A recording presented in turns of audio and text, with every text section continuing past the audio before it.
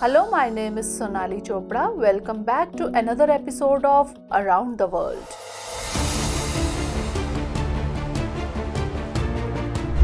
Political strategist Chanakya once said, "For any nation, its neighbor is its natural enemy." These lines recorded in history are relevant in the present environment also, especially in the realm of international politics where fluctuations in relations are observed constantly. In this context, there was tension in India-China relations in the past. China, forced by its habit, once again used the controversial map trick. This is not new behavior from China. It has engaged in such provocations many times before. In this sequence, China has once again released its new map claiming parts of the Indian state of Arunachal Pradesh as its own, and renaming 30 locations in the region to assert that it belongs to southern Tibet. The Indian Ministry of External Affairs promptly rejected China's deceitful move, stating that this is not the first time China has attempted such actions, and they outrightly rejected it. Arunachal Pradesh is an integral and indivisible part of India and will always remain so. Attempts to alter this reality by arbitrary naming will not succeed. However, the question arises, what is the background of this disputed map from China? Why does China repeatedly play the game of disputed maps? And what impact will all this have on India-China relations? In today's discussion, we will search for answers to these questions, but first, let's understand the root of the dispute. For decades, there has been a border dispute between the two most populous countries in the world. However, along with the dispute, the history of India-China relations runs deep.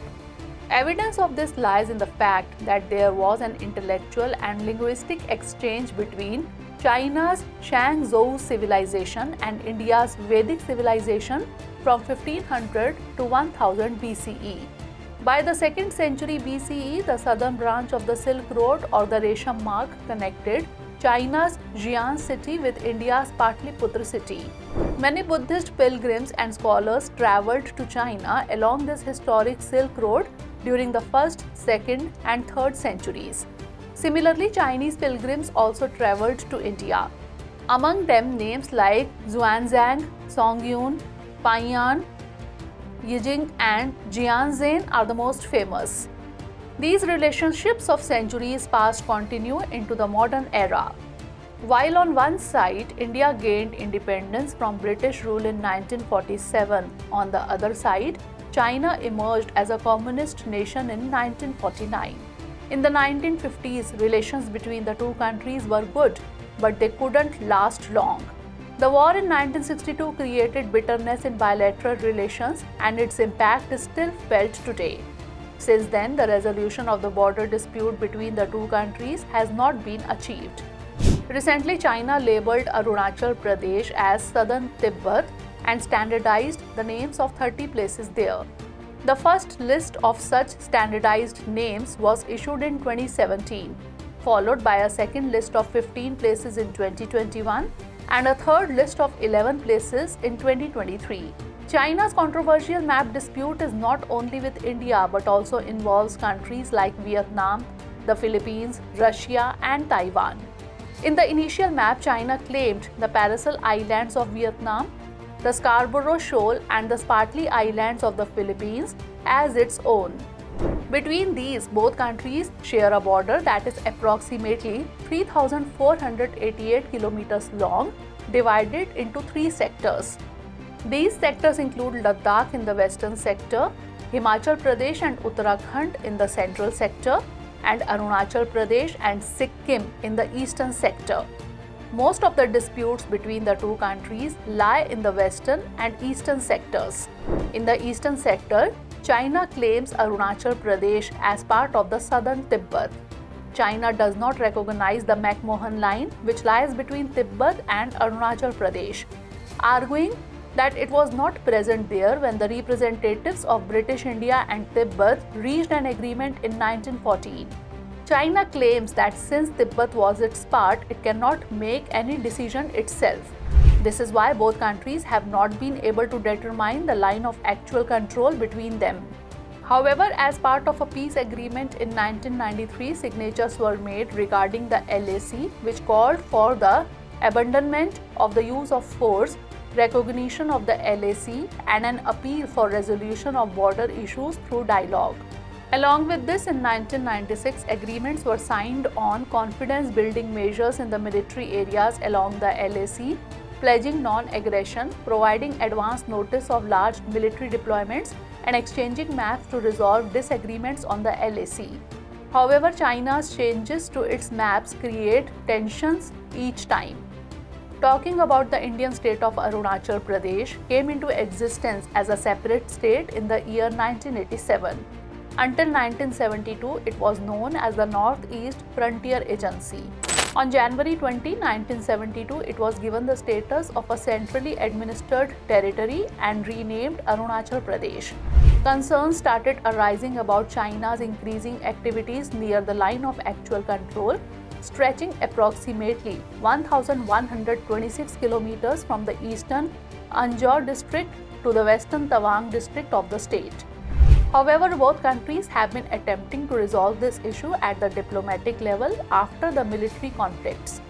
Speaking of the economic relations in India, India's total imports did not decrease in China's share, and in terms of quantity, India's imports from China remained significantly higher in the fiscal year 2021-22.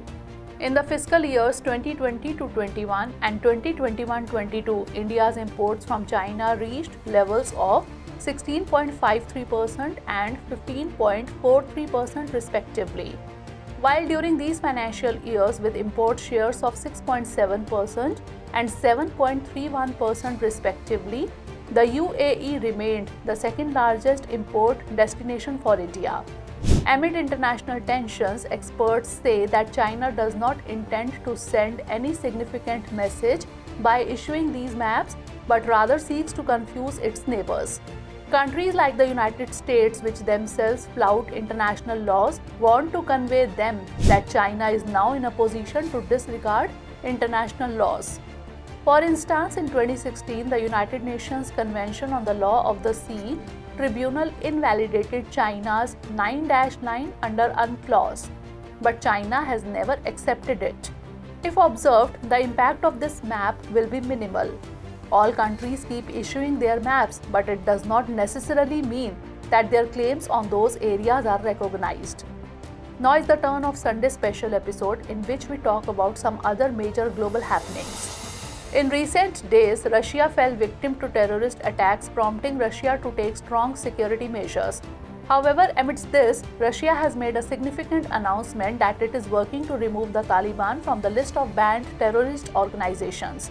Along with this, regarding Afghanistan, Russia has said it is a country that is right next to us, and we somehow engage with them.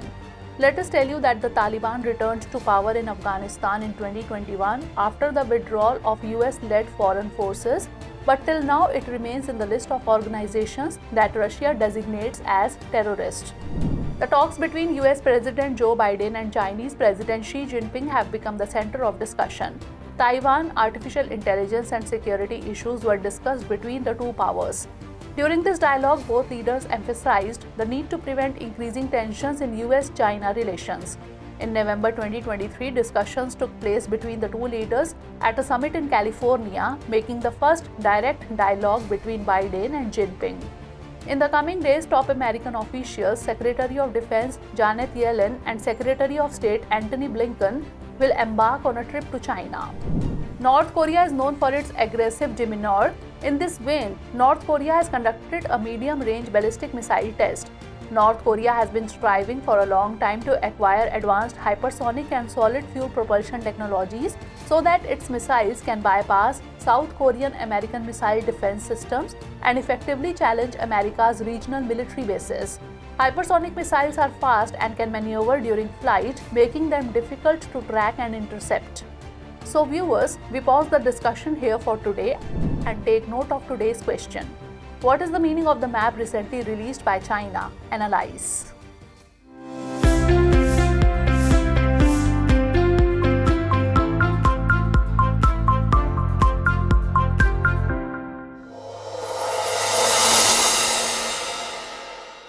For more informative content, like, share and subscribe, and do not forget to press the bell icon to get the notifications.